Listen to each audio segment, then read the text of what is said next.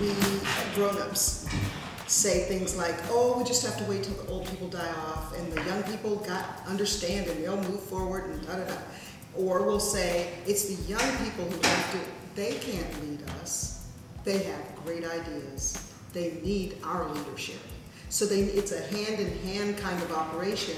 And if you have people who are in so much in the private sector, what do you say, privacy mode, that they don't reach out to young people when they are actually credible, successful human beings, then the children are left to the predators. Yeah. And so they can't move that far beyond where we stop. And if we stop as elders, we have an obligation to protect the babies. Well, and you assume, I like the way you put that, because you assume, especially elder black folks who live an openly gay life, that they have it together. That's a huge assumption. I had more people tell me who were definitely over 50, at least 2 or 3 people walked up to me and said, the story about the babies that I was telling was them. Mm-hmm. And one lady even called herself a survivor. Yes. Which was deep. I didn't even know how to deal with that. I was like, because I was like, which story? She was like, the babies. Mm-hmm. I said, oh, you have any kids? No, you were talking about me. I was like, oh. And the irony is, Sharon, that I've asked these fellows to help do a video of her life. I interviewed her in 1990. She was 1 year sober. And she had been through being outed at 12 when she wrote a little love letter, being subjected to county department coming down and saying you must have been abused if you're a lesbian. I mean, the story into the church that tried to get her married off to a gay man. I mean, just the story of her life is the poster child for what we're working on right now. And still she transcends. Brilliant. Well, and that's the difference, because a lot of times people survive, but they're not living. Exactly. So they are stuck in a state of purgatory. Mm-hmm. And their mental health issues are probably to the extent of just needing some really solid counseling, but who knows what certain people that are schizophrenic now mm-hmm. and have other mental disorders as to whether or not they're part of our communities or part of the story that's never going to be told. Well, my partner and I have said that when we got together back in the early 80s, it seemed like the LGBT, well, we weren't even talking about LGBT then, we were just talking about lesbians. The lesbian community was an adolescent community. We were just getting our crushes. I mean, so many people, I'm talking about 40-year-olds now, I'm not talking about 12-year-olds or 15-year-olds. They like were just feeling themselves. And just feeling it and not knowing what to do with it. But adolescence is the time when you explore and you get your crushes and you go out and you find out how you interface with others in a healthy way. And that's what our movement was like back in the 70s and 80s. And we're just becoming adults. In those days, it was almost like, why are you having a baby? Well, a lot of African Americans, and you see it now, the numbers of people who are LGBT in the black community who have children is so much greater than the numbers. It's on par with. Because you were forced to live a lie. You were forced to be denied your opportunity to explore your sexuality, and even if you knew it, you were forced to mask it because you felt it was a method of survival.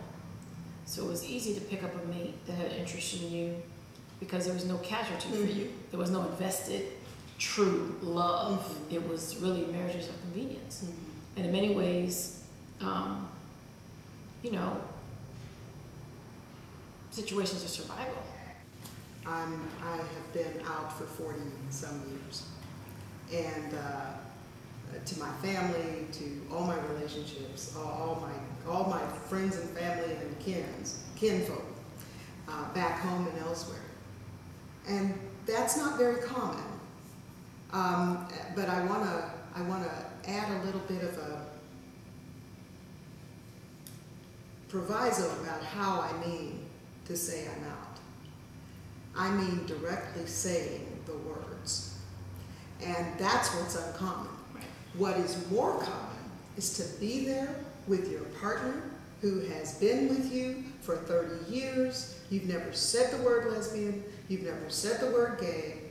Everybody knows you live in a one-bedroom apartment, you know, but Don't nobody ask, don't tell. talks about it. And that's the don't ask, don't tell. Don't ask, don't tell, but I'll add another word, but do. Oh, yeah. And that's been kind of the hallmark of the Black community, whether it's in the church or at grandma's house on Thanksgiving, or... And I think you're being generous to say do, because there's always a question mark. Well, yes, it's the question mark because nobody's spoken the words. Exactly. Or you're No not one's walking had down the the street conversation. holding hands. Mhm. You're not kissing each other goodbye in front of family and friends. Or you might kiss You know, them if you're on lesbian. the cheek. Yeah, you know, and we can get away with it in other ways, but you know, you're not being your authentic self in terms of... What harm does that do to the heterosexual family members when an African American lesbian or gay or bisexual or transgender person doesn't share that part of themselves with them? Oh, it doesn't do the heterosexual part of the family any harm. Are you sure? None. Mm. You're meeting their comfort. Mm. You are making them comfortable. What you're doing is harming yourself and your partner and your life and your world, because you're conditioning yourself that it's not appropriate to talk about your love. That you're conditioning yourself. Let me tell you something.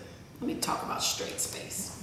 Straight people would be so appreciative if no gay person ever showed their outward affection. Mm-hmm. Okay? Because all you're doing is playing by a rule book. Mm-hmm. That is what I want to debunk. Mm-hmm. You don't do anything to me, and if I'm curious, I'm going to ask you, and I'm going to ask you like this. Mm-hmm.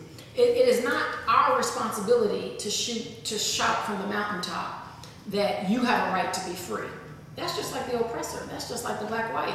If you don't wish to rise up, why should I rise you up? You may take some food off my table. So, hence, you see what I'm saying? I see your point. We lose no sleep. Because you're not changing our normal. Uh-huh. And you're conditioning the LGBT community to fit in the normal of making heterosexuals feel comfortable by not infusing a new anything to them. You're not breaking their normal. And that's about the same as the race model. Exactly. Way, right? Let me offer another model where if you go back to 1955 and Brown versus Board of Education, mm-hmm. when they showed that African American children were harmed because they had the dolls. Remember, they used the dolls, and the light-skinned dolls were the pretty dolls, and the dark-skinned dolls were the bad dolls. And they showed that black children were harmed by that. Yes, they were done in 2009. But the question they never asked was, does it harm white children? Because we presumed that it did not. What about the model that says it may be convenient, it may be comfortable to keep that oppressive model, but ultimately it harms everyone? Because if you have an unhealthy, unrealistic view of your superiority, you can't be all you can be. I hear you, mm-hmm. but that's not empowering our community. Again, there is no ill in the heterosexual side of it because we don't choose to empower ourselves. Now that we're rising up and we're empowering ourselves, we already have to overcome the oppression that we were sustained in. Mm-hmm. So the conversation needs to be, how do we reach our full potential? And the rest of society gives us the space, opens the arms, welcomes, and gets educated. Because there's two different things that we're talking about here. There's multiple things that we're talking about. One, when you are talking about, as your original question, building stronger black families, that's a family affair. That's not advocacy. That's not marching on Washington. That's not legislation. That's not about, that's next. you know. And so first you have to peel back the banana and say, you know, what's underneath the skin? Why should I accept who you are? And then that becomes a conversation about humanity. How can you not accept who I am? And then it's also introducing, who am I? What am I feeling? What are my concerns? We had young people get up today and say, how can I help my friend come out? So there are a lot of caring heterosexuals who, but where's the curriculum? Where's the relationship? And there might be that in the greater LGBT community, but where's the cultural version? Where's understanding, how do we go from, it's, you know, it's not in my Bible, it's not what I was taught, you know, it's not how I've been conditioned, to, I realize something's different about you, and I'm curious, and are you happy? Tell me your story. Share your heart with me. Share your pain with me. Let me meet your partner. Can you and your partner come over to dinner? Have you told mama? I'll tell mama with you. I know it's going to be rough, but there's a support group to help them along their journey. Because you're my sister. I'm trying. You're my friend. So it's so much deeper than, we have to first tackle the norm. We can't get to all that other stuff you're talking about, because we got an entire cultural insensitivity, ignorance, lack of awareness, lack of exposure to even break through. And then there's some underlying issues in the African American community where human sexuality is not discussed, period. So then it gets to, yeah, I can hear you, but I don't want to talk about sex all day. We don't discuss sexuality. So when you're 20, you've been through teenage adolescence, you are the apple of your family's eye, you're going to law school, you have all this potential. Okay, Huxtable, this is not the Cosby Show. So when you're talking about the norm, hold on. When you're talking about the norm, we've got to be honest with ourselves that we're going to find great isolated stories. Overwhelmingly as a community, African Americans, people that commune and look like you and me, we don't discuss sexuality. So we can't add homo to the word, hetero to the word, any of those things when we don't even discuss human sexuality. So that's what I'm trying to get to. It's not that we were Huxtables, because I didn't go to law school till I was 43, you know? Lived in a poor community. The issue, to me, the difference is I told them. But that was, and this is where, just same way we don't want to be judged. We can't judge everybody's situation. Not judging. On just wondering if that is a factor in taking the next step. I think a lot of people tell, and some people get greeted with a fist. Some people get greeted with their bags packed and at the door. And I'm not guessing. I know, because I've had children live with me. So there's not going to be one cookie cutter solution. Bravo that they heard you. But overwhelmingly, as we hear from the babies, that they, you know, they're in a substance abuse household. They're in a Bible Belt household. They're in a household where their sisters are crackhead, their brother's in prison, and they're the one that mama hoped was going to turn out all right. And now you're gay? What? You understand what I'm saying? Some people are already amassed with enough turmoil. Like, I used to get under my skin. People like, we don't have time for another agenda item. We got economic issues, we got healthcare issues, we got poverty, we can't take on another. I said, what are you talking about? These are the same issues. So we got all the same things, but again, you kind of have to understand. I just broke it down. Yes, I do. Okay? I do understand that part. It becomes, everybody has to have a tailor-made journey. There has to be a definite support system. And while they're going through all these trials and tribulations, they've got to have a safe space to come that says, I love you, that you're important. That's not about being a pedophile or a predator. That's really about, I love you, I'm here, I hear you. That perpetual counselor that says you matter, that says I can hear your pain, but guess what, not just hear it, I'm going to listen. And I'm going to work at your pace. Because what we have a tendency to do as advocates is to believe we can go in somebody else's world and fix it. Oh, no. Okay? And that's why, as you experienced me today, I was like, who's the mental health specialist? I stay in my lane. Because I know I can, you know, my husband says it all the time, people love to drink your Kool-Aid. I'm like, oh, I know, but I try not to have too many flavors. And I try to have enough sense to have resources or relationships. And I stop every speech like, I'm so glad I've sold you all something I wasn't intending to sell. I wanted you to hear my message. Now you think I can save the world. And what I want to be careful about, especially because we have huge mental health issues in our community and not enough resources. You only get the resources when you get your AIDS.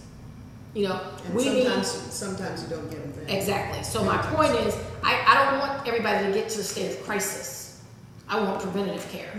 So we have to have more of a relationship with the sociological community, the psychological community, the mental health community, and those places, because society is dictating it already. You don't have these dozens of teenage suicides all at once, and everybody knows about it all, even in real-time new media, without you knowing that we're at a tipping point. We can't be repealing Don't Ask, Don't Tell, and passing hate crimes, and having family and hospital visitation laws, and Family and Medical Leave Act, and all of these wonderful things, and you have teenagers committing suicide and not realize that there's some correlation. Because the conversation, there's always an oppressive audience, and the conversation and our effectiveness is so on the rise that those that are quote unquote activists like us, and everybody should come out, everybody should do this, it's easier said than done. You create a support system. There's a new generation, and there's a new hopelessness born every day because somebody else is upset of our gains, and they may be taking it out someplace where we don't have a reach in. Always a backlash. I'm an advocate. I'm an activist also. I don't believe that everyone should come out. I do believe that everyone who can come out helps someone else when they do.